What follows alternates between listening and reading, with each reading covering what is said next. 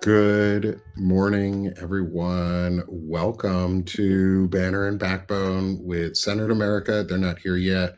It is before the holidays, so we'll see if everybody shows up. As people come in, we'll pull them on. Good morning, everyone. I'm Nick Parrow, joined by my good friends, Melissa Corrigan. My dog's in the background. And this gentleman on the bottom, Frederick Pogue. Welcome back, sir. Good morning, Thank you. Melissa. How are Yeah. you guys today? Because, like you said before the show, Fred, you Right. stepped away for a bit, and it seems like democracy is having some issues. Yeah. Um, The breakers have been thrown, like stuff's left out in the yard. I was like, I came home to the house on fire and I'm like, but to be fair, it was a little on fire before I left, it so was. This It is was a true. little on fire. it was a little on fire, and I'm like, okay. Dumpster fire. Yeah. And the Trump administration's just pulling in the distractions and craziness every day, because it's just, you've got Transportation Secretary Sean Duffy worried about pajama pants, which Them I mean, pajama pants. yeah, I know. I'm like, yeah, but what about the October jobs report? I mean, No. companies are Those laying aren't off. important. No, companies are laying off an average of 13,500 workers a week. I mean, I don't know, and then now the No. CDC, they got the number two guy there, is saying that you don't need to worry about COVID vaccines. They're not important because they cause autism. I really Yeah. wish these people Yeah, would lose their license like at some point and just Right. you know for like saying shit like that. Yeah. right. It's I mean, my God, some of this stuff you're just like there has to be a line, there has to be something, right? You Well, have you to got operate like within. you got them talking about how we're like 2,000 air traffic controllers short in the Yeah. nation, but then Reddit always comes through for you. There's a whole thread on Reddit for people who are actively air traffic controllers, and they talk about how shittily they're treated on the job. Like Yep. one guy posted that he called out sick 3 times in his first year, 3 times. That's it for Yep. legitimately being sick, and his contract was not renewed after his 1 year. And so, like, why are you guys bitching about being so understaffed if you get employees and they get sick 3 times in a year? Which is, And I mean, that's the Wait, crazy people get part is, sick? You're allowed to get sick? Did the government issue sickness to you? Like, I don't remember the right. government. I don't remember, or did the company issue that as a they did in the Marine Corps. as a Yeah. benefit? Like, Yeah. I They did know in the army you weren't allowed to get sick unless the government told you it was okay to be sick, because No. in the Yeah, your we Marines. They said government in the did policy. issue. Navy, like, if it didn't come in your sea bag. Yeah, you're No, not they allowed did to issue have that. sickness to us in the Marine Corps. It was in the chow hall. I Like wonder if Hmm. that's a new you were gonna corporate get it. policy for America. Is they have to Right. they not only do you get allocated only a certain number of sick days, but you're not even you're only allocated a certain number of sicknesses per year. Like, Right. but they won't Well, pay this for is the health insurance to prevent you from getting the extra ones. You just have to do it yourself. this is part and parcel though with like how running the government like a business is an absolute failure. Yes. Be, Yes. because you look at something like if there's a job in the government that you want those like to be fully staffed, it's air traffic controller. Right. And especially now Yeah. with, U.S. aviation companies are predicting that their air travel is going to increase by a quarter, more than 25% more than it is now, which it's already like the congestion's out of control, especially in the Right. Northeast corridor, right? And I for those of you who don't know, I used to work in aviation, so I worked there for 8 years. So I follow stuff in aviation, so I know what I'm talking about. With so you have air traffic. I don't care how good your operation is. I don't care if you got the gate agents, if you got the rampers, if you've got the metal, if you've got the planes. If you do not have the air traffic controllers to control the flight path, those planes are grounded. They are going to be delayed. It is Right. going to be a problem. And that's why Sean Duffy came out and said that, is because it's like, you're going to distract with this nonsense when we are probably in for our worst holiday travel season in recent memory because of Sean Duffy and because of Doge and all the cuts. We'll know after after the we'll get a preview after this Thanksgiving holiday.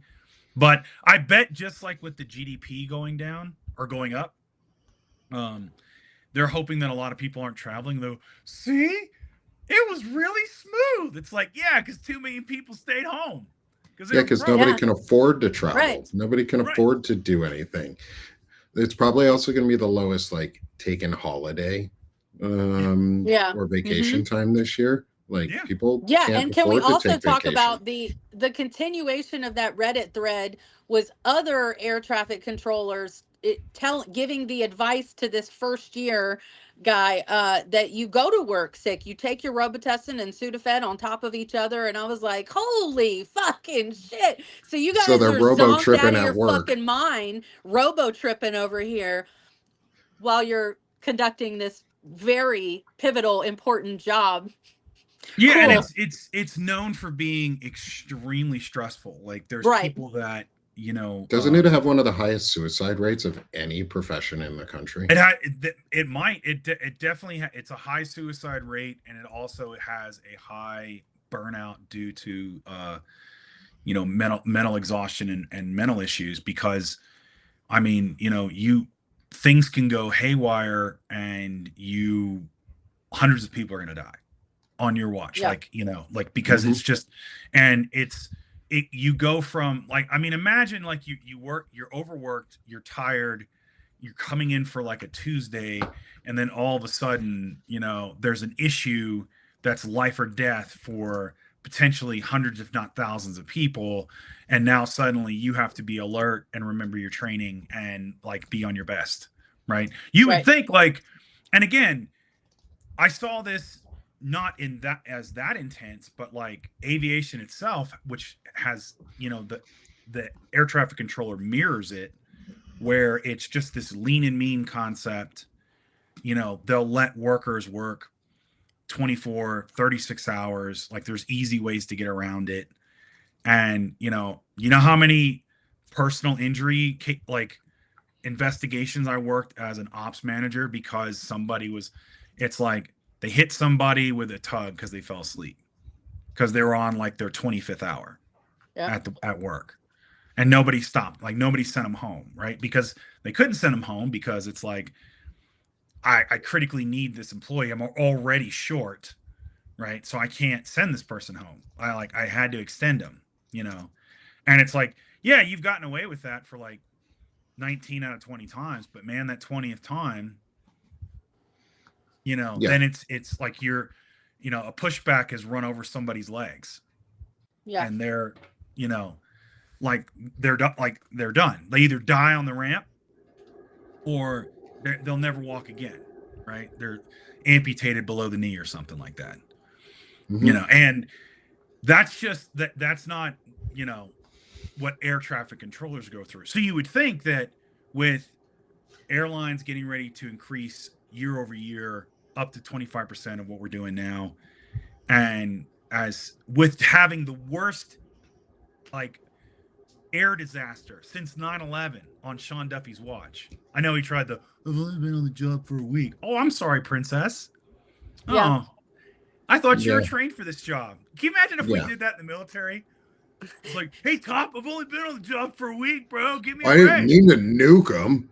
I didn't mean to drop that nuke. I didn't do that. On, like, that grenade didn't fall on itself. Hey, enemy of America, I'm sorry. I've only been in country and deployed for a week. You know, you can't be shooting at me right now. I can't handle a firefight. I'm sorry. Right. Yeah. What? Like, you get hired ready for those types of jobs. You don't just get hired to learn on the job. That's not a learn on the job. That's a I know what the fuck I'm doing job, and I'm here to strategically plan. this has been the whole cartoon cabinet, though. This has been all of them. They're all so woefully inadequate and unprepared and unqualified for their jobs. That's why I always call them the cartoon cabinet. They're each like cartoon characters of some vision of what MAGA thinks the head of the FBI does or the head of DHS does. So they put these like cartoon characters in place, and they have no concept of what they're doing, and it shows in absolutely every single thing they do. Yeah, and I think that's good to note too, is it's all cartoon characters and they're not ready to be there, which means No. they can be removed. Part of this discussion today, why I call it Tag for You're It for Democracy. One, is a fun slogan to say. It's Tag, You're It for Democracy. It's your fucking turn. Step up, everybody. It's all on us. It's not on anybody else. Like, it's our job to do this. And we've got 11 months until the next election. Actually, we have 12. We have a total of 12 months up to the next election. The next election, we have 11 months of prep time, though, which means in that time, we have to be able to talk about folks like Sean Duffy and the inadequacies of his micro ego, and the inadequacies of Stephen Miller's micro ego, and Pete Hegseth's micro ego, and JD Vance's micro ego, and all of them, because they all need to be removed too. And one of the things I said before the show to Fred and Melissa here was something I talked about with Zev Shalev yesterday, is we have 11 months to figure out who the next president is going to be, because 2026 is a presidential election.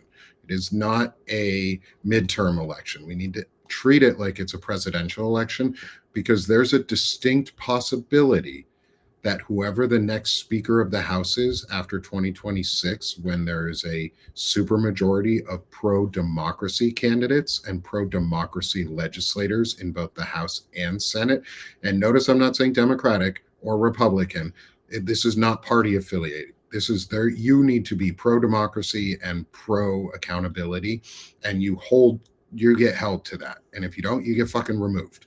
Like, it's all no about confidence the need to be fucking happening. messaging. Democrats have got to get ahead of our messaging, like yester fucking day. We have got to get on the messaging. We have to have simple, streamlined messages where we are talking to working people. Stop talking to the elites. Stop talking to people at the top.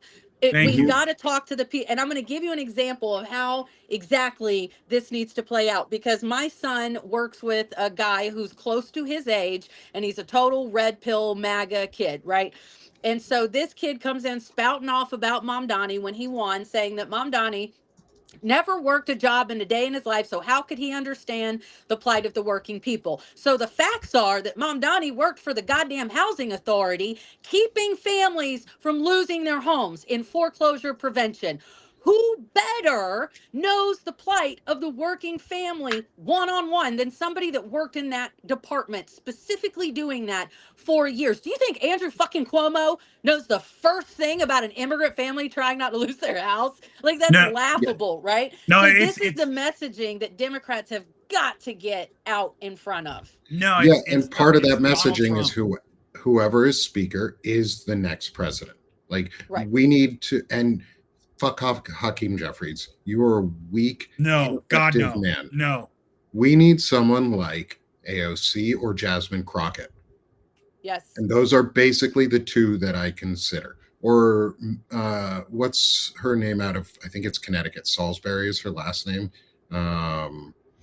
She's on point pretty much all the time. She's good. It cannot be weak, feckless men who have no balls, who are not willing to stand up for anything, who just want to take a bunch of money. It cannot be an AIPAC-backed fuckhead who just receives all sorts of Israeli money and corrupted money from mobsters out of Russia who funnel it through Israel and have corrupted that entire government and turned it into a mob state. That's what it is. That's what they're trying to do here, is they're trying to turn it into a mob state, not a presidency, not a democracy, not a republic, a mob state. And that's what we need to talk about it like. Stop talking about them like they're fucking politicians. They're not public servants either. They don't serve the public. No. But Jasmine Crockett would, and does, and goes You out there can and fucking see talks all the time and tells us what is effective and how to do it. And she's running for Senate. And I want to Right. get your opinions on this, like in terms of messaging. She's running for Senate or trying to run for Senate in Texas. Same Senate seat, I think, as James Tallarico and a couple other candidates who are really strong. She came out and said, if my internal polls say I'm not the right candidate, I'm gonna bow out and talk and work with the right candidate to do it so that I can stay in the position I'm in to more effectively get someone in office. And I think we need people more like that, who are humble, who have the message that say, if I'm not the right person right here, right now, yes. but I am over here, then I need to be over here supporting that person right there. And I think that you can we need tell to that convince Jasmine Jasmine Crockett to stay in the House, not Yes. run for Senate, because she needs to become the next speaker. I think that should be the Democratic messaging, is Jasmine Crockett. She represents a politician who is actually representing and speaking for the people that she works for. And here's how I know that. Here's how you can tell who's a politician that's a fucking shill for corporations and who actually acts. And it is because of their what's the word I'm looking for? Okay, here's an example. When you're sitting watching these Senate hearing committees, all right, we're watching a committee, right? And you're watching Kash Patel act like a fucking child and refuse to answer questions. So what any elected representative who is representing the American people should say in that moment, when any of these people, Pam Bondi, Kristi Noem, Kash Patel, when they refuse to answer a question or they answer it with some fucking insolence, you should step back and say, listen, however many it is, the 1.3 million people I represent in my district do not deserve to be spoken to that way. So we are going to put this fucking hearing on recess until you can speak to my constituents with the gravitas that they deserve. When you can act like an adult, we'll come back. Until then, you're still sequestered and you're going to fucking sit there. You can sit there until you eat your dinner. Do you understand? God damn it. Because you Melissa speak for to Senate. my constituents. So you're not going to speak to my constituents that way. So who do we have right now that's doing that? AOC and Jasmine Crockett. And That's Melanie who's doing that. Stansberry was her name. And Melanie Stansberry. We Right. need more moms. We need Correct. moms for Congress. We need moms for Senate. We need moms for House. We need a mom for president. We need I a would mom take because I want to treat America like the best analogy that I've ever heard is America needs to be more like a family and run like a family, not like a business. Right. Where yeah, I might sometimes really, really hate that drunk uncle who isn't a rapist but says really creepy shit. We might hate him a lot, but he's still part of the family, and we have to find a way to live with them. And Right. who are the best people that solve those issues? Moms. Moms Yes. are. Moms are, because they know how to fucking plan. They know how to run a household. They know how to manage irresponsible men and irresponsible boys and irresponsible girls and teenagers. And I'm not saying any woman. I'm not saying every woman is like this. right. But there are plenty of really impressive women out there. And it doesn't have to be a mom. Jasmine Crockett, I don't think is a mom, but No. she's got that fucking energy. She's got that Right. mom energy that'll sit you down and shut your ass up and throw a chancla across the room and hit you from 45 meters away, fucking spinning around corners. Like, we need someone who is raised with the attitude of throwing shit at people in the household and saying, sit the fuck in the corner. You're dumb. You're wrong. Go to timeout. Like, It has I want a been mom absolutely coming in going, astonishing go to fucking timeout. to me to see these people not held accountable for simply the unprofessional behavior that they display and the lack of decorum in those spaces. That should have been called immediately. I mean, like, like, what are you doing? I don't want any more committee hearings. Like, I'm over that. I don't want any more showmanship. I don't want any of that stuff. I want investigations. Right. Right. Yeah. And the next Speaker of the House if we're really serious about taking our democracy back and taking this country back, they're gonna have, like, if they're not holding like J6 style investigations Right. and just Mhm. ripping the entire Trump regime apart, from the DOJ to the FBI to Treasury to emoluments, everything, just ripping it to shreds. And I don't care if it's AOC or Jasmine Crockett or Jamie Raskin, somebody. Yeah. You have to rip this stuff out by root and stem, right? Yes. Because there is a good chance that we are going to get a next speaker before the elections even happen. If the rumors are true, Yeah. and you're going to get a lot of Republican resignations, and Marjorie Taylor Greene is just the first, right? Then that's going to make Mike Johnson vulnerable. And if Yes. Democrats go, well, we're going to elect a bridge House Speaker, No fucking we're going to bridge. go with seniority with Hakeem Jeffries because we don't want to piss off the Fuck outta 86 here. Democrats that voted to condemn socialism in a resolution that was fucking pointless. Can Right? we remove all of them? Like, that's part That of would be this great. too. They need to get fucking primaried. Like, we need to have a serious push for us on the ground. Is like, we need to push for whatever the next party is going to look like.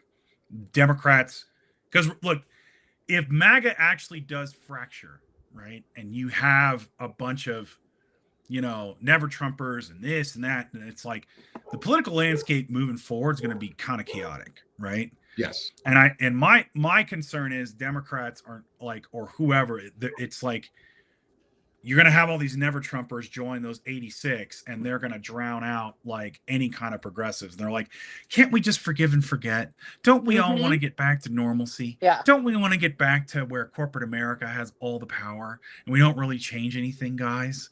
Isn't that what we all want? No, we don't. Because we've tried that for 40 years, and all it has done is taken away the America that our grandparents built for us. With strong unions and middle class and working class, like where you could have like good public schools, you could have a shot at maintaining some kind of the American dream.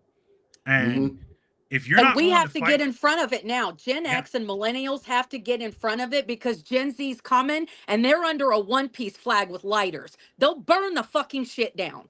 So if we don't want to sit around and wait for Gen Z to burn it down like they have literally done in Myanmar, where they had to airlift the congressman out of the building because they literally lit it on fire.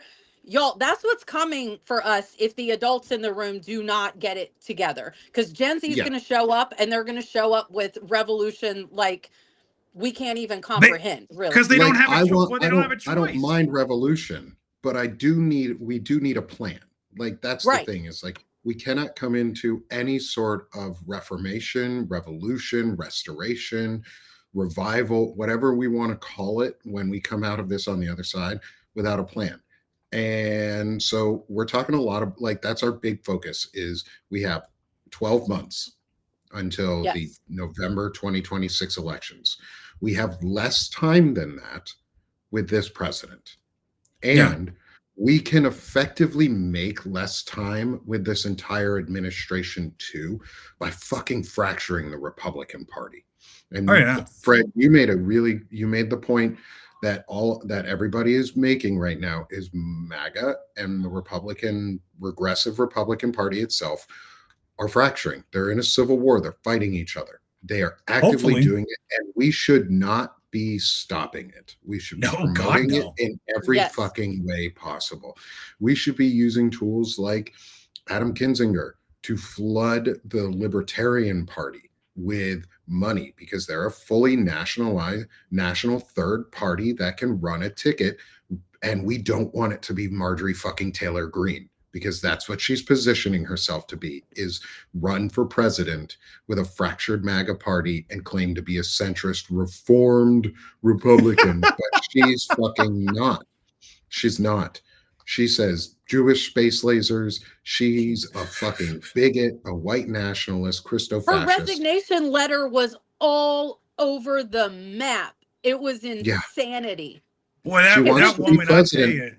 But we need to fracture them. So what do you guys think about, like, how do we get there? What is your guys' plan over the next, between the three of us?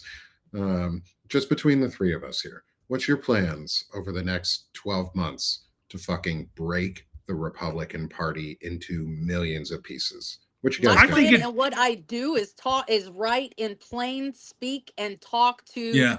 someone who's educated at a sixth, seventh, eighth grade level, can understand what I'm writing and understand how these big picture political issues impact them every day. And that's what Democrats need to be doing. If we don't go back to talking to the working man, we're sunk. We're done. I think we need to push like there's a coalition of progressive voters that needs to happen within the party of the Democrats and outside of the party. And it needs to focus around issues. It needs to focus because here's the thing is like when you poll after poll shows that issues that are considered like socialist are popular, more popular than ever. Universal health care. Why?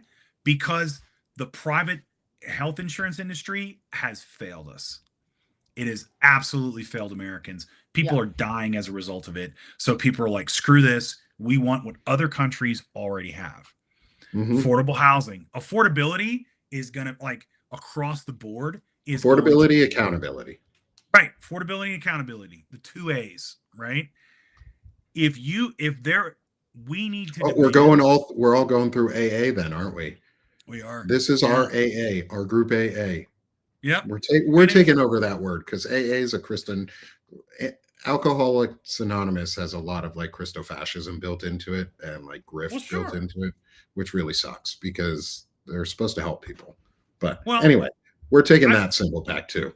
But that's the thing. If you don't push for politicians to do that, I think the Democrats are going to be in as much trouble as the Republicans will be. Because what I think you're seeing is you're finally starting to see the up versus down. It's starting to correlate because there's no choice left. Because the rich are not going to stop until they have. Look at and you can see the game is rigged. Elon Musk is a trillionaire for what? For tanking Tesla? Like, how do you get rewarded for tanking your own stock in the company? Like, oh, if you run it and so it's what did Doge do, right? It's the biggest scam of all time. It's the biggest grift, bigger than anything Trump could have imagined. It's like he got all of our data, all of it. And what did he do? He basically ran up costs when you factor in like all the people that got fired and had to be rehired, all the economic impact that it had by cutting these programs. 220 billion. Oh, when you factor all the other stuff in, it's closer to 800. It's closer to $1 trillion. Right. And he got our data to give it to Gronk or whatever, which he'll fuck that up anyway, because it's like you're not being white enough. You're not worrying about the rich white man that has multiple women and is breeding. It's like, because Gronk, he just wants, literally this guy has AI because he wants a friend, because no one likes him. You know, that's all that Gronk is at this point, or Gork or whatever you call it. But yeah, I mean, like a Hitler. Yeah, right. So, I mean, and the crazy thing is, did you guys see the he did do one thing that was interesting. So X decided to put country of origin for these accounts, and they found all these MAGA's accounts are from Africa and India and the Middle East, because it's like people that are living in these impoverished nations but have access to the internet, and $200 or $300 in ad revenue a month can go a hell of a lot further over there. Are like pumping out all this information and making us stupid. We are literally being pumped full of mis and disinformation by the biggest like foreign influence scheme ever. It's insane. Fifth gen war. It's a fifth generation war, and MAGA got duped by a bunch of eagle jizz coming out of Africa and Israel and China and Russia. It's all eagle jizz just getting squirted on us, and MAGA bought it. And the Dems who are corporatists are soaking in it, and they're just letting it happen. And they like the white Christmas that happened on them. This is all for that white Christmas that they all want and like. We got to get rid of the Chuck Schumers, man. We got to get rid of these people that are either they're too anyone who's isolated eagle or they're too jizzed bought. needs to go. They got to go on. And it's in, that's going to be the big thing for us is like really hitting the ground with primaries and really holding politicians' feet to the fire and just trying to get, that because where we're moving into is a fracturing of our American political system in this. And I think it's a good thing because it's going to become up versus down. And what that looks like afterwards, I don't know. But we do have a chance to where we can take the Democratic Party and push it forward and say, you're going to be a progressive party. But if we don't have that Tea Party movement, if we don't have that push in that Democratic Party, then you're going to see MAGA fracture. And then people like Marjorie Taylor Greene that are trying to rehabilitate their image and say, I was duped. You don't get duped into white supremacy. I'm sorry. Yeah, no. You don't. You weren't duped. It's not like suddenly coming like, Nick, I saw this internet post about Christo-fascism and that's a damn good idea. I think I'm going to do that now. It's like, no, you were already there, right? Yeah. Yep. This guy just said, I got it a little bit of more of a packaging. You want to buy it? It's like, I do. So you were there, right? You don't just, it's like, I was a feminist, but I hate women now. They're just terrible, because I got turned down on a date on a dating app. So now I'm going to be a raging red pill guy. No, you were already kind of there.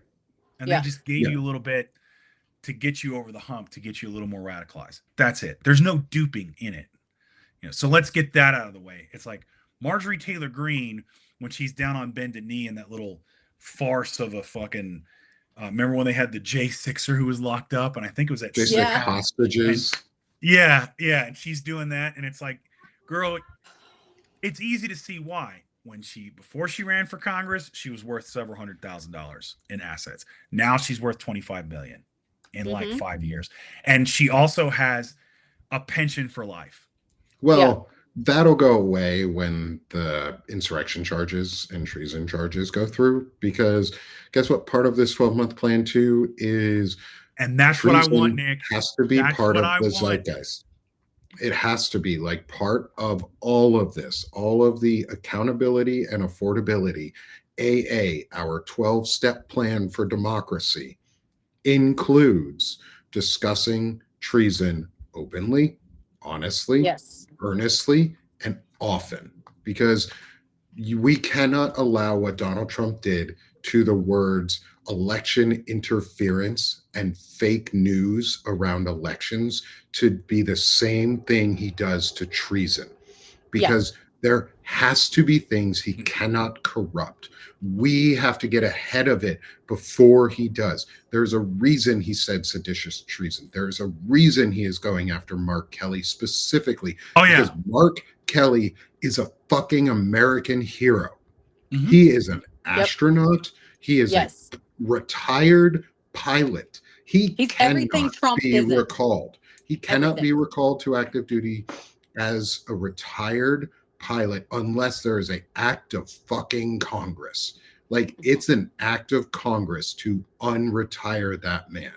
He's a fucking astronaut. He's not getting court-martialed. And Melissa Corrigan, Fred Pogue, and I all participated in the message with the Save America movement to push back against that shit. And that is what the Democrats need to do more. The Democrats need to give us money to do that if we want to win. And if the Democratic Party, locally or nationally, really wants to win under the guise of the Democratic Socialist Party, or maybe even a social democracy party. Like, I don't care what the fuck you name it. I don't care. Throw money at us to make these advertisements. Throw money at Save America movement to make these fucking advertisements because we're here saying we want to do it. We want to be the messaging machine. This We're is one of those ready things to where the be the Democratic Party voices. stands on this fucking moral high ground of, well, the right does it and that's pretty shady, so we're not gonna,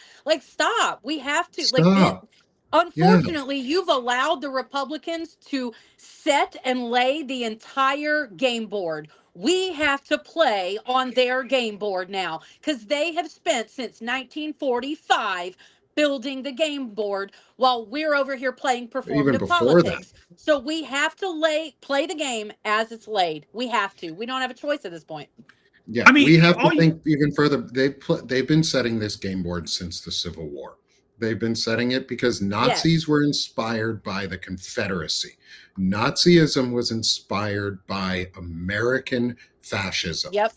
By the American version, which was the Confederacy. And then it became the German-American Bund before World War II, where you started seeing Nazi summer camps pop up in America, which look an awful, awful, awful lot like those all-white Mormon Christo-fascist summer camps and Bible camps that we see now, just without the Nazi paraphernalia so obvious. Right. But it's all there. It never went away. Nazism was spawned by America. Let's maybe confront ourselves before we start comparing them to, let's stop comparing them to Nazis anymore, because that really doesn't impact people. They're going to use the paraphernalia. Yeah, we're still going to compare them to Nazis because that's who they are. But we need to go back further, and we need to start using American terms and American terminology and taking back the patriotism, because I'm tired of fucking being treaded upon by these please tread on me daddy people who want to listen to Sky Daddy or Trump Daddy and have fucking golden rain showered down upon them and squirting eagle jizz everywhere, because you got these tiny little micro ego men running around the country telling us we can't do things or women shouldn't do things. And I'm tired of fucking having people tell me that my daughter does not deserve to have the same free choice as my son, or that Melissa doesn't get to deserve the same free choice as I do, or Jasmine Crockett shouldn't be a legislator, or any of that bullshit. Fuck them. We need cojones to come out. We need some vaginal fortitude to get to go. We need some Kegel lovers to fucking punch some dude in the face verbally, take down people like Jasmine Crockett does. That's why I fucking love her, because she fucking takes you down. Like somebody said in the chat, she's Michelle Obama without the filter. Yes. Like that's what we need. She's Michelle Obama without the let's go high when they go low. No, when they fucking go low, I'm going to go low and kick you in the balls. Right. Like, fuck you. You're not now, go a perfect low opportunity for Democrats to seize messaging and get out in front of messaging is, are you going to let your son, your nephew, your grandson go die in Venezuela for oil? Let's talk about the 18 fucking ships. All of you want to support the troops. Yep. All of you want to have your American flag on everything and talk about how much you fucking support the troops. Yep. Where are you right now when I plug in the Venezuelan conflict into 4 different chat bots this morning and tell me the reason the United States, and 4 different chat bots tell me oil, oil, oil, oil. Well, We're there for oil and natural resources, and that's it. And you know what else? We are there for a global positioning that we already had via US aid that Trump took out in 2019. And then had to pay want us to have a hard presence in a space where we already had a soft presence by putting our young men and women on the ground there to go get killed by guerrilla fucking cartel members? That's what you want? Let's talk about it, Republicans. Let's talk about war. Let's talk about the military. You want to be a badass and go in other countries? Let's talk about the next Vietnam. Let's talk about it. Yeah, let's talk about the fact that news is coming out, say, through The Intercept, or even in Al Jazeera, or fucking New York Times, that plans are leaking to keep troops in the Caribbean through 2028. Right. 18, Yeah. like we have 18 fucking naval vessels with over 15,000 soldier or sailors and Marines just chilling. And guess what? They're going to start a war in the next couple days or next couple weeks. Like that's what they're building to. There are bombers, there are B-2 bombers that are being stealth bombers that have been flown into position around and near these areas. Shane Yurick saw them. Shane Yurick's wife or fiance, I think, saw them in person, firsthand knowledge of B-2 bombers fucking flying over. They're positioning people for war. Yes. We Sure. are And getting it's ready it can to be have a directly pointed back to Trump and his first administration in 2019 when he bungled diplomatic relations so fucking badly that Venezuela kicked him and the US aid out. All the yeah. like every bit of intel, the DEA was kicked out, the CIA was kicked out, all because he bungled it in his first administration. So he didn't know how to do his fucking job. And now we are paying for it, and not we, this regime, we, our sons and daughters that are stuck out there on those ships about to invade and sitting in a complete ripe opportunity for another terrorist attack like the USS Cole. So during the holidays, our young and men and women are sitting out there just waiting to get fucking blown up because our president doesn't know how to handle international diplomatic relations.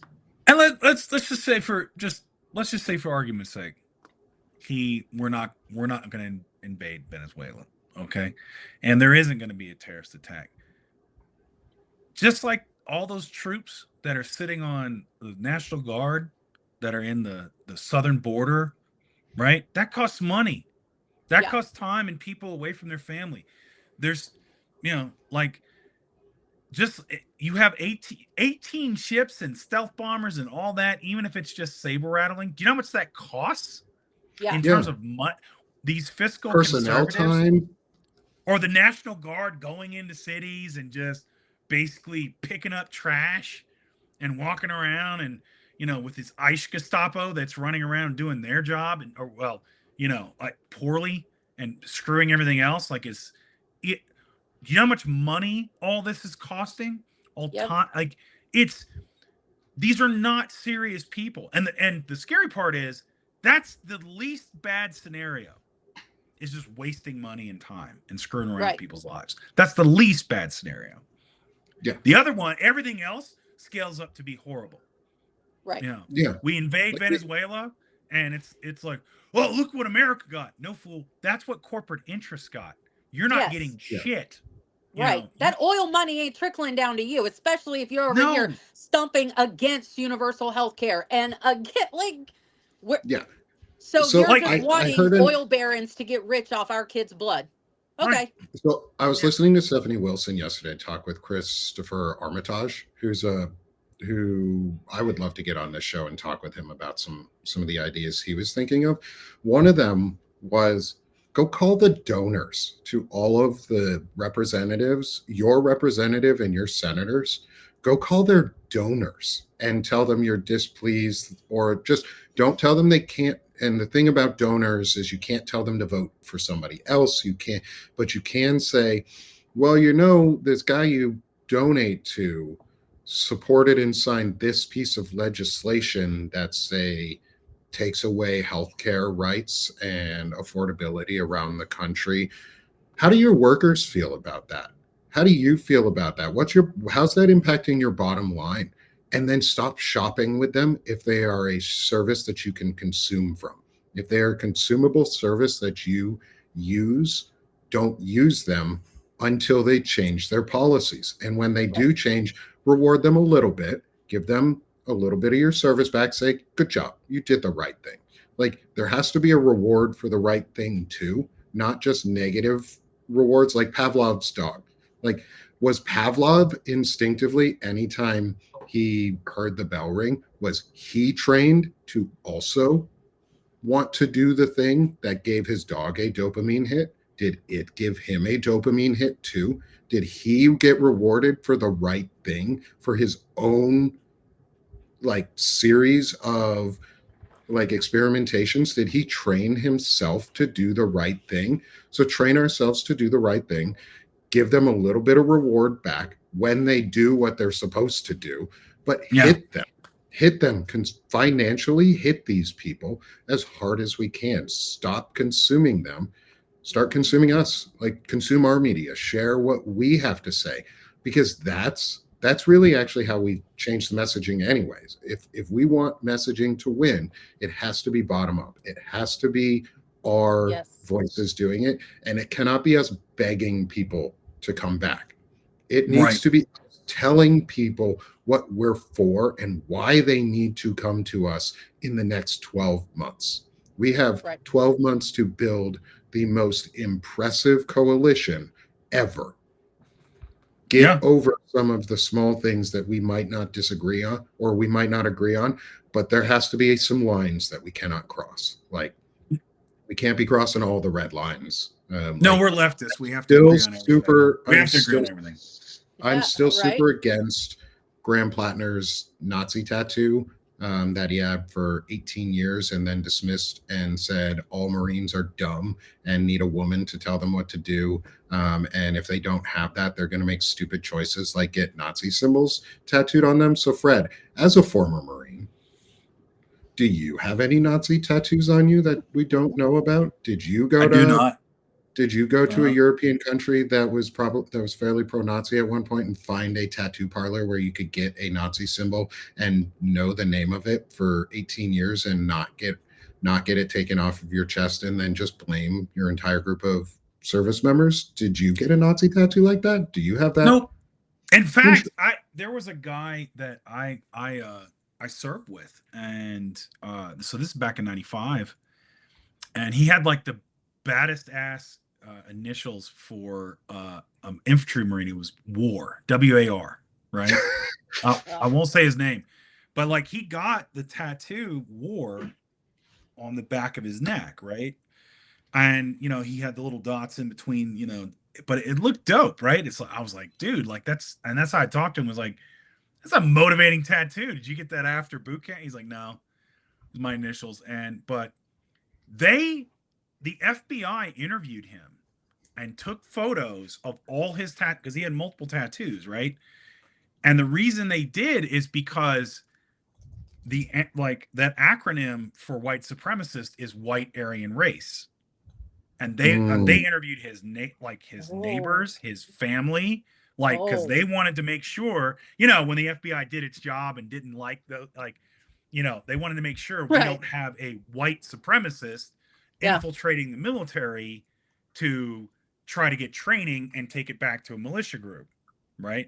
He's like, yeah, dude, they took like every tattoo I have is photographed, and if I get more tattoos, I've got to go back in and have them taken. And now it's like we're just out and proud about it, So no, Graham Platt is like, you were an idiot then. Yeah. I just admit it, admit that's what you were, right? Yeah. Because again, you don't. I would have respected you more if you said it too. Yeah, like you I don't would have been fall like into Nazi symbols on your body, right? Yeah, you don't fall into these things accidentally. Like, yeah, maybe you didn't know what that specific skull and crossbones were, but you called it by its name over the history of having it, which means you did know what it was. You knew exactly what was on your body, and you got that for a reason. Like I have a tattoo of an EGA and my MOS, and I've got 2 Japanese kanji for courage and death, because that's what I thought was cool when I was like 21 years old. I didn't get a Nazi symbol on my body. I'm like, yeah, let me get. There was a guy that I was in with. He got a Roman legionnaire tattoo, right? And it was colored, and the guy did I guess. The artist did it was the sun's coming down on it, so there's this light shine on the helmet, and it looked like in one part, a teeny little part, it looked like the SS lightning bolts, right? And he was fucking pissed because he thought the guy did that on purpose because he was Puerto Rican, and he's like, he's like, yo, this guy better cover this up for free. There's no freaking way I'm keeping this on my body. No chance. Right? And he got it covered up. The guy did it. He's like, no, I didn't mean it. blah blah blah. But it's like that's the only way I would accept that is like, oh, I didn't know. It's like, but Yeah. a man somebody said to him, looks like an SS symbol, bro. You see it right there, yeah. Because again, Melissa's been around Marines, and I'm sure you have too, Nick. Oh, if you get a tattoo, they're gonna show it off, right? Yeah. Oh yeah. Hey, look at this. Oh, look what I got. It's like, yeah, and Marines get some wild stuff. Like, I had a buddy of mine get on his rib cage like a goblin bursting out, like it's bursting out of his side, showing, hey, look at this, man. Hey, look at this. He was showing it off, or if he wasn't, if you weren't, why weren't you? Yeah. Yeah. And I think we can, like, as part of the messaging and as part of all of this, is we need to keep that as part of the zeitgeist. Is hate symbols are hate symbols. Like, we cannot normalize them. And so one of those things too, I ask of everyone in our audience, if you have a hate symbol in your fucking profile picture and you are against that shit, take it out. Don't use their symbols. Don't normalize the use of things like swastikas. It causes visceral rage when I see swastikas. Like, and it causes visceral rage when I see people who follow me who say they are anti, who have swastikas in their profile stuff. Like, it hurts me that you do that. It's like, why the Coast Guard should have never put that fucking policy out. Oh my God. Nooses and swastikas were not considered hate symbols. And what that tells me is internally they have accepted it quite a bit. That means there is very little differentiation between white nationalists and our Coast Guard at the moment. And that should scare everyone, because that means not only is our on the ground Department of Homeland Security, the Customs and Border Patrol assholes who are super racist as fuck, and even they admit it. Now we have them in the water. Now we've got ocean Nazis. We've got land Nazis. We've got ocean Nazis patrolling our borders, telling us that only white people are allowed in. We are going to have men who are assholes are allowed in, really. And that circling back, man, that's why, whoever is in leadership, they have to be very serious, because we're going to have demagnification. We're going to have, because again, in 95, 96, if you were found out to be a white supremacist or you had white supremacist leanings or anything, you got court-martialed. You were out. It was done. Yeah. Like, that was considered like, nope, don't want you in here. Yeah. And that's how it should be. Yeah, absolutely. The Army used to, we even talked about it because I was in Intel. We even talked about it. Is the Army keeps track of its service members on a counterintelligence level of what their group affiliations are outside of the military. Yep. And they used to punish you for having neo-Nazi and fascist affiliations. What they didn't do was punish you when you put Christ or church above the oath, which is the problem, because those groups learned that they couldn't just openly let their members in. They had to just put them in churches and say that they were Christian or that they were Mormon. And because we don't attack religions and we don't screen on the basis of what is your church's philosophy teaching you, we do it for Islam, for people who practice Islam in a lot of ways. We screen them real thoroughly to see if they have any Islamic terrorist leanings or like their little jihad schools that we always talk about. Guess what? Those are Christian Bible schools. Those are your Christian high schools. Those are your Catholic high schools run by Opus Dei, run by your Christo-fascist organizations. They're all the same.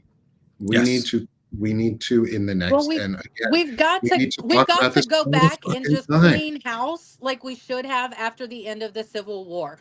We did not clean house after the Civil War like Yep. Germany did after World War II. And we need to do that now. None of Yep. those Mhm. soldiers that fought for the Confederacy are still alive. So the whole I fought for this shit is dead in the water. Okay. This is your great, great, great granddad we're talking about. I don't give a fuck anymore. Your great, great granddad was a traitor. And Thank you. like, we've got to go and clean house and make it abundantly clear that this is what we're not going to tolerate going forward in America. And we never did that. We really didn't draw Nope. limits and say we are no longer going to accept symbology from the Confederacy. The Confederacy was a traitorous group. Period. It's like, Point blank. That's it. Yeah, You can't it's time to argue heritage reconcile. anymore. So, because Yeah, you didn't live through it, you didn't suffer through the Civil War. Your dad didn't. Your grandpa didn't. We're far enough removed at this point that we can put the heritage thing to rest. It's absurd anyway. Supernatural had more seasons than the Confederacy had years. So fuck off, did. Yeah. Confederacy. Well, Like, you here's what, guys were here, less of a season than even some of the worst TV shows out there. There are TV shows that Right. lasted longer than the Confederacy that sucked, just visually sucked and were bad. You guys, like, get over your fucking selves. You Right. lost. And we need to stop apologizing for losers. Right. Americans yeah. were better than this. We don't have to apologize for losers. Stop apologizing for Donald Trump. He's a loser. JD Yeah. Vance is a It's, loser. Mike Johnson is a pedophile loser, protecting loser. That's what they are. Losers and traitors. And I want that in our zeitgeist every fucking day, is real talk of treason. What does treason really mean? How did they and how are they actively committing treason now against the United States? And if that becomes the main zeitgeist, treason needs a 2/3 majority to be convicted in the House and Senate. It is a high bar. It has to be based on American opinion. We have to, and we're the voice that are going to get it out there. So Right. talk about treason. My ask for everyone in our audience, for all 300 people who are, holy shit, 300 people who are with us right now, go talk about treason. Go talk yeah. about it. Like, look up the definition, Article 3, Section 3, treason. And Look it up. these people are Weasley because it's like they tried to rename all these forts that were named after Confederate generals because you had this Oh, push in the early part of the 20th yes. century where they did the Confederate monuments and they named military bases after Confederate generals and yada yada yada. And but they're named after like privates and people that just have similar names, right? But here's the thing: where's Fort Chamberlain? Where's Fort Joshua Chamberlain that was the commander of the Maine regiment that saved the Union at Gettysburg? Where's that? Why aren't we celebrating him? Or I can't remember the gentleman's name, but the first black general. Why can't we have a fort after him? Like, our history is full of American heroes of every rank, and that's who our bases should be, not traitors. Sorry. Mhm. Yeah. I'm done as a Southerner, as a native Texan. I'm done with this whole. Well, they thought they were doing the right thing. Yeah, well, they were wrong. No. Yeah. I don't care. They were wrong. Like, Yeah. it was they were wrong. And I like Period. all the people that try to school me. I'm from South Carolina. You can still go to the South Carolina State Museum. And when you walk in the door, right in front of you is the framed copy of the Articles of Secession. And it says in black and white, about 7 lines down, we're doing this for slavery. Like, it's Yes, so it's right fucking there. blatant. So don't talk Yeah. to me about states' rights if you're not going to finish the sentence. States' rights to own slaves. Like, that's the end of the sentence. So nowadays, when people want to talk to me about heritage, I'm like, oh, you want to own slaves? Do you think slavery is cool? Because that's the heritage in a nutshell. You can't spin it any other way. That's the To entire and, and cause. and it wasn't even to keep it. It was to keep it and expand And it. expand it. Right. They wanted to expand it, not like, hey, let's make an exception for the states that it already exists in. No.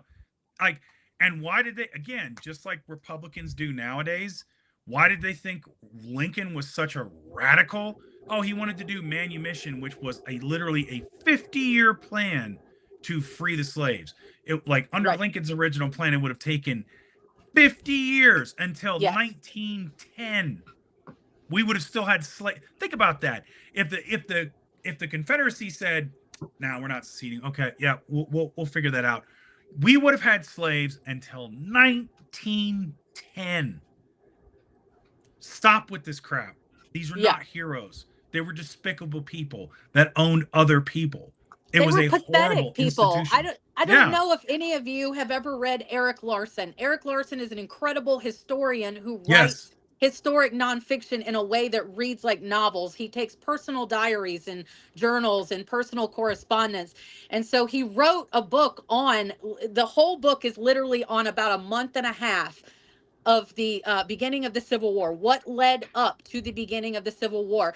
And I thought one of the most hilarious parts of that book was from a journal of a young woman who lived in Virginia. And as Southerners would come up to have these discussions, she lived in Northern Virginia around DC area. So as these Southerners were coming up, she was mocking them in her diary. She's like, these are grown men that when they are not allowed to bring their slaves into the city with them, they walk around town slovenly because they can't button their own trousers. They can't dress themselves. They can't hitch their own horses on the carriage. And these people run businesses and plantations. Like, they're a joke. They're a fucking joke because everything they do in their daily life is done by enslaved people, and yet they're out here parading around wanting to be taken seriously and get respect. Who does that remind you of now? Oh, I was about to say, oh my God, the parallel. Who's that remind you?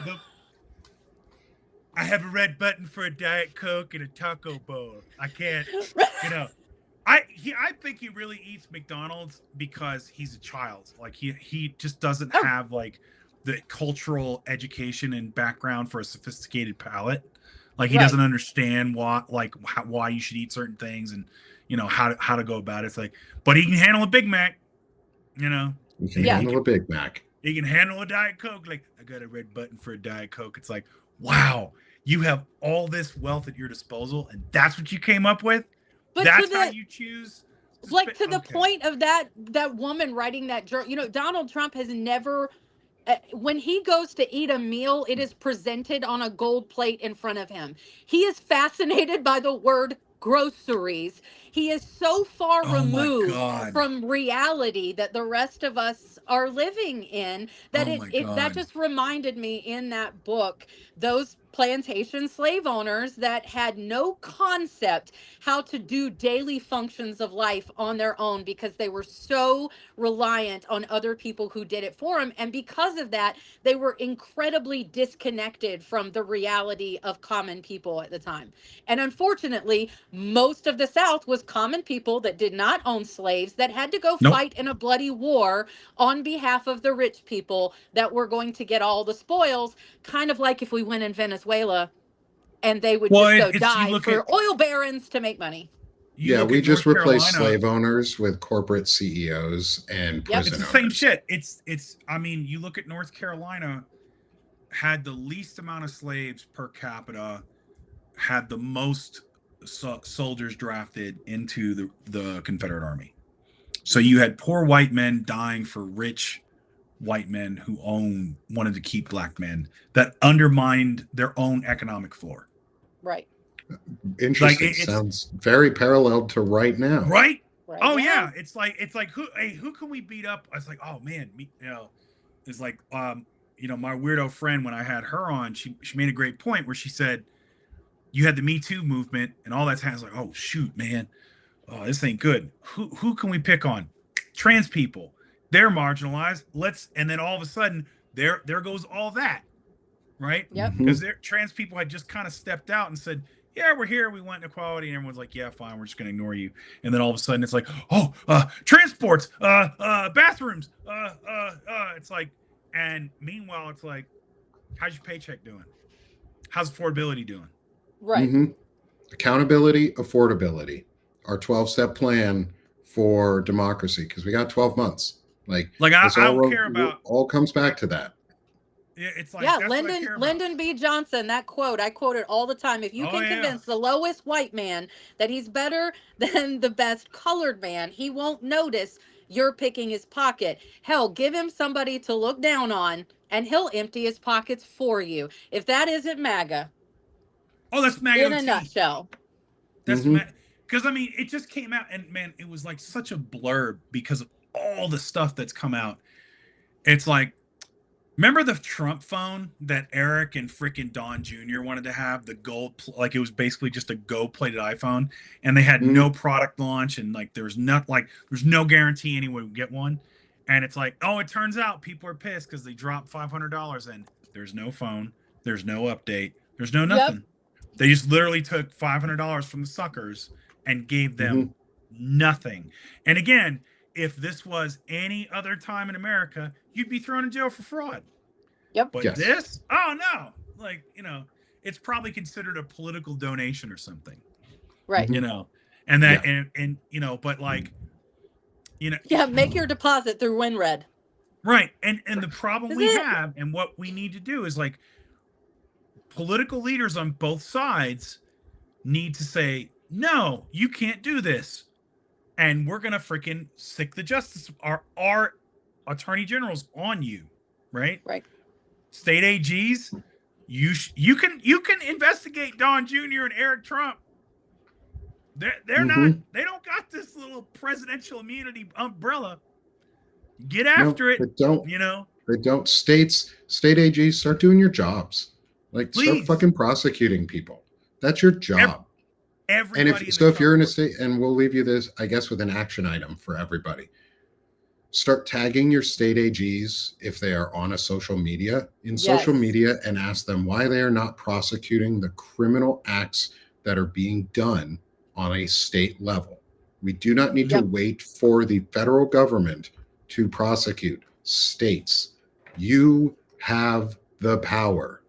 It is if they want to fight and talk about states' rights, okay, guess what? My state's right issue is better than yours. States have the right to prosecute you for breaking state level crimes and committing felonies in the state for, I don't know, fucking racial profiling and anything like that. Like California, fucking arrest these people, prosecute Kristi Noem, fucking charge a Supreme Court justice, do something crazy.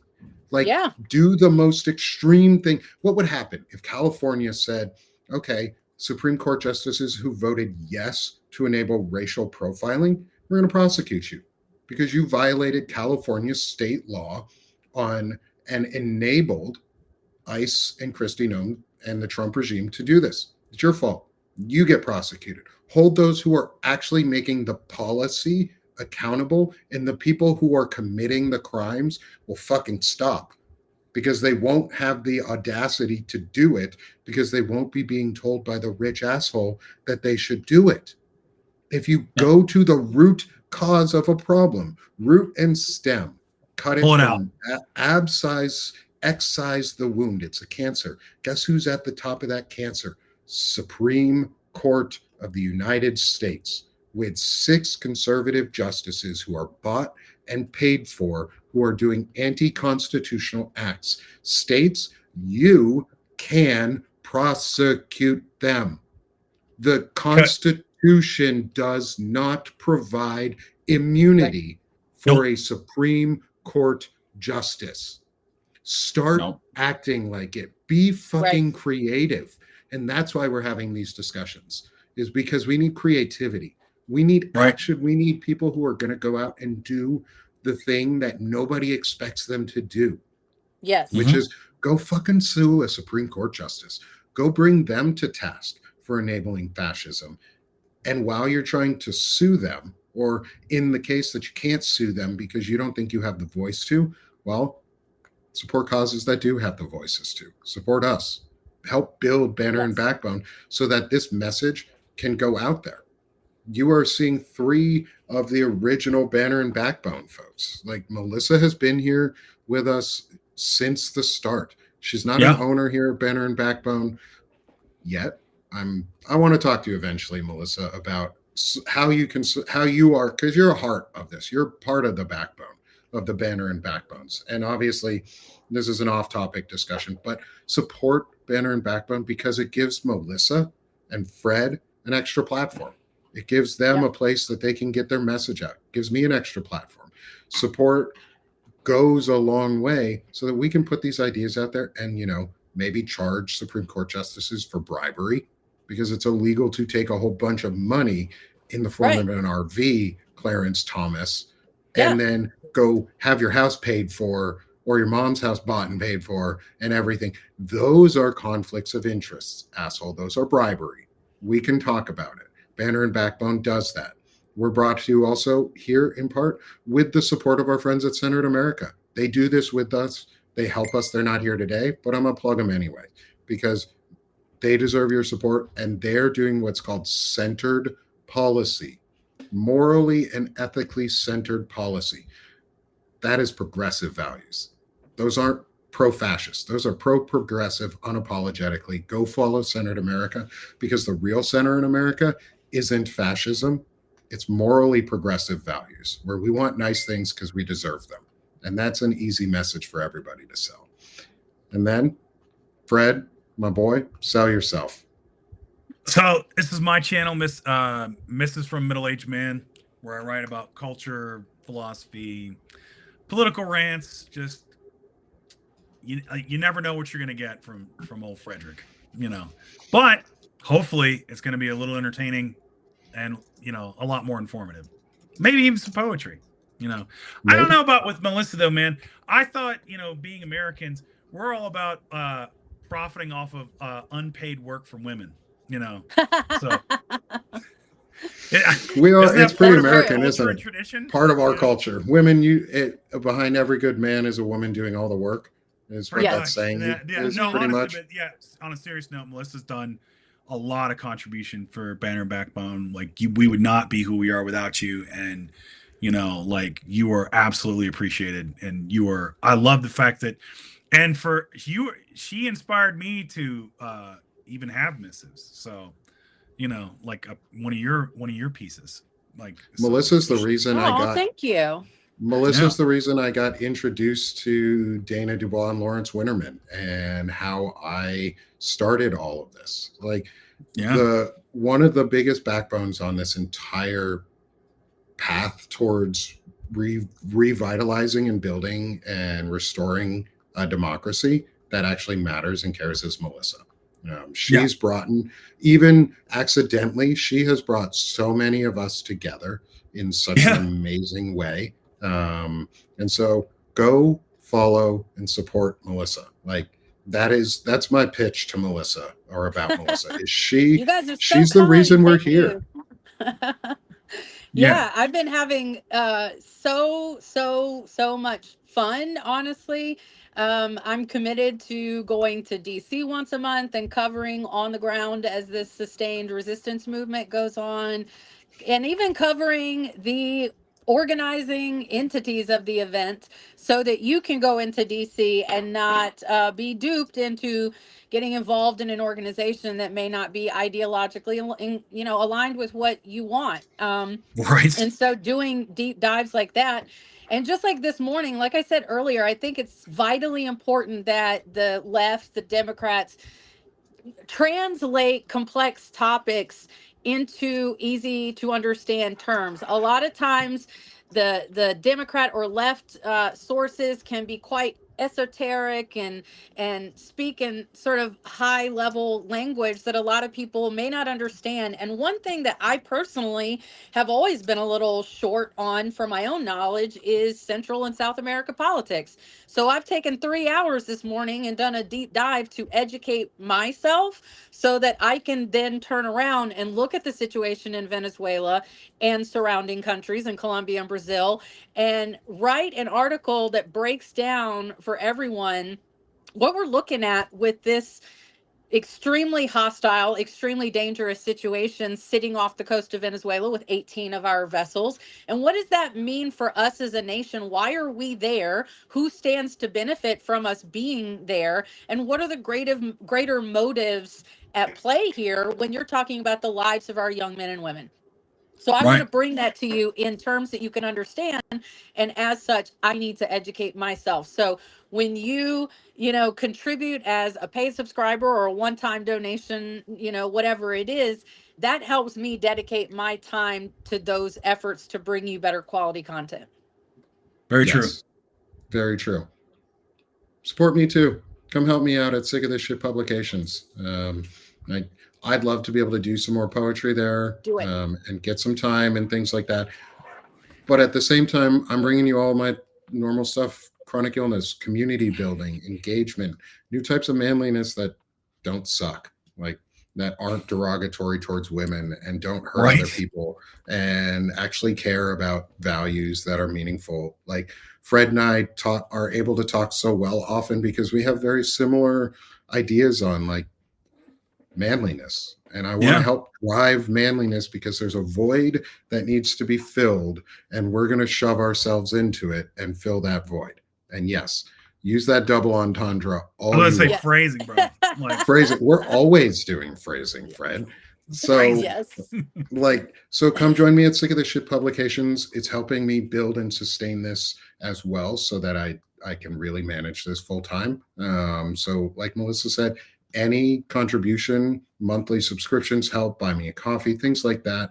They all go to really good causes to help me keep doing this work and getting good information out there for you. And he's not here, but his name is on the list, and so I'm gonna plug him and give him some support.